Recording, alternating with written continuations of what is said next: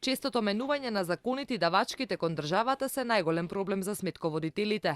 Велат дека државата постојано ги менува даночните регулативи без нивна консултација. За помалите канцеларии проблем е и постојаниот раст на давачките, како на пример велат порастот на придонесите кои треба да стартува од 1 јануари до година. Лани беше 0,5 и сега 0,5, вкупно 1%, ефективен трошак на плата, значи ви варира од 46-7% до 53-45% и нагоре.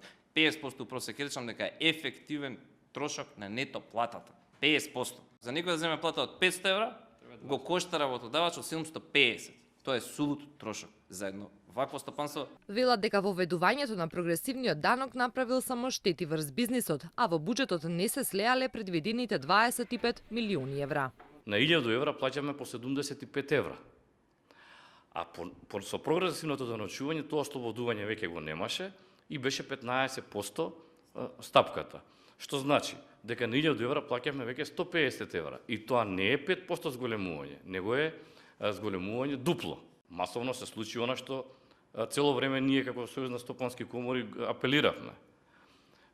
Одма нашиот народ се снаоѓа, го повлекува тој договор за закуп, прави на 500 евра договор за закуп, разликата кеш.